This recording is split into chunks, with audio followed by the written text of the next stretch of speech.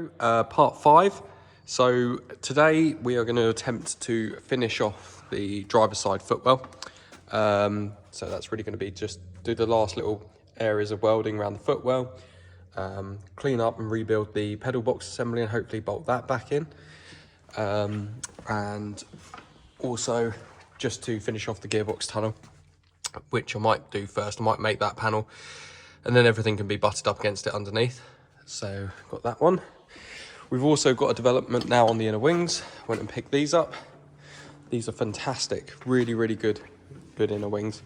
Got these from a chap called Darren. I think it's Simba 4x4. He's on eBay. Really helpful chap. Really went above and beyond to get these to me, so it didn't slow me down too much. Yeah, fantastic quality. So basically these have come off of a South African early Range Rover. He's had them blasted and then just red oxided them. But yeah, there's not an inch of rust on these. They need no welding. Got a little bit of storage damage, just needs straightening out. But again, you know, they're perfect really. As you can see, there's no rust on any of these. These are completely original, so they really just want a bit of a scuff up. And then painting. I'm probably just going to paint the top half of them and then stone chip the underside. And we need to cut this bit out as well, just so the airbox fits in. But yeah, there we go. We've also got a package as well. This is from, was it Froggatt's? That's the ones. And that'll be the new body mount for this side because we cut that one out. So yeah, so I'll just stick you guys on a time lapse. You can just watch me do all the welding. And yeah, then we'll come off time lapse and we'll just go around and have a look at what we've done and hopefully just put it all together again. Not sure how far we'll get today, but hopefully we'll get this side done.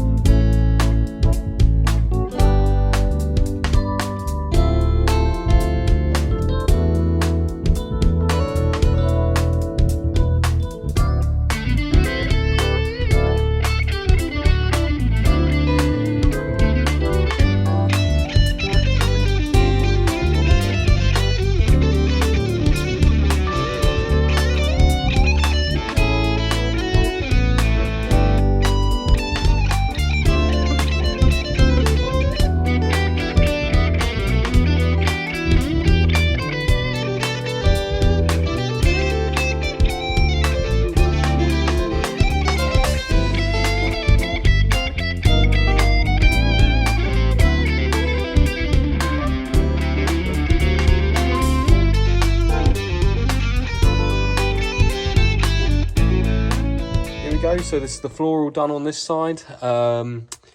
Yep, there's the gearbox tunnel bolted in. It came out quite well, to be honest. I didn't take the welds too far back because there's not really much point. But yeah, she's all primed up in there, so she looks good.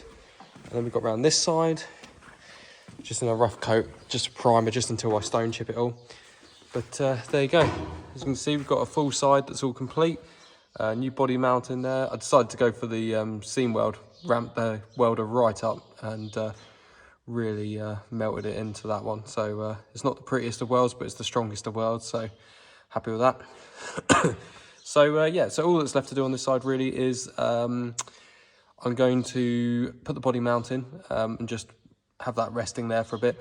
Gonna prep the inner wing and just fit that into position so I can drill the holes, because these holes don't come pre-drilled. So I drill 3 holes there and 3 holes down there. But I'll do that once the inner wing is on, just for reference. And then there is a panel that I have that we need to weld onto here, which mounts the wing on. So next step is to put the body mount on, chuck the wing on, the inner wing on, then we'd stick the other wing on, and then we can mark where we need to put the mounting point for the lower part of the wing. So let's do that then.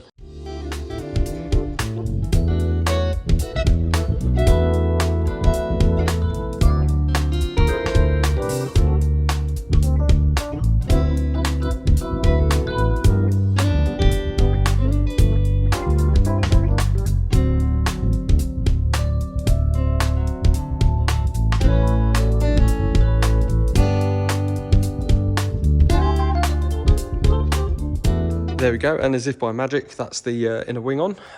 Fits on very nicely, all lines up where it should do. No issues there at all. Bolts up on the inner wing, very nice. Fits on pretty well against the areas that I've welded. It's not bolted down across this back section or down that section there, but we'll do that when we drill the holes. But yeah, so that's as far as we've got for today, guys.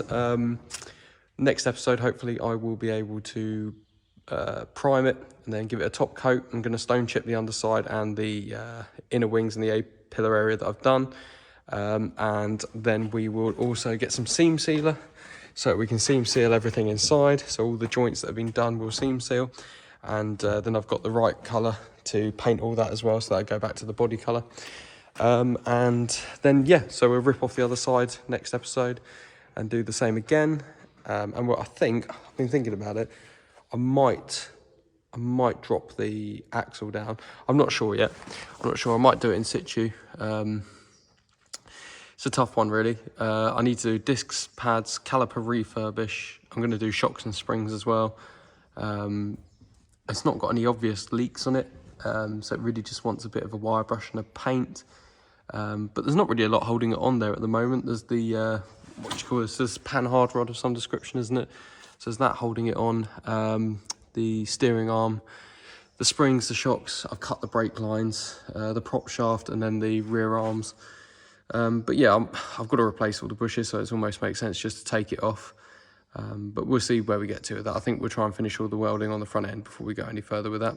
But yeah, thanks for watching. I'm actually going to be away for a couple of weeks, so you won't see a video as often as they have been. But what I will do is I'll try and get a couple of days worth of filming and schedule that to go out in a week or so. So it just keeps the continuity of this up and it keeps it fresh. So yeah, thanks for watching, everyone.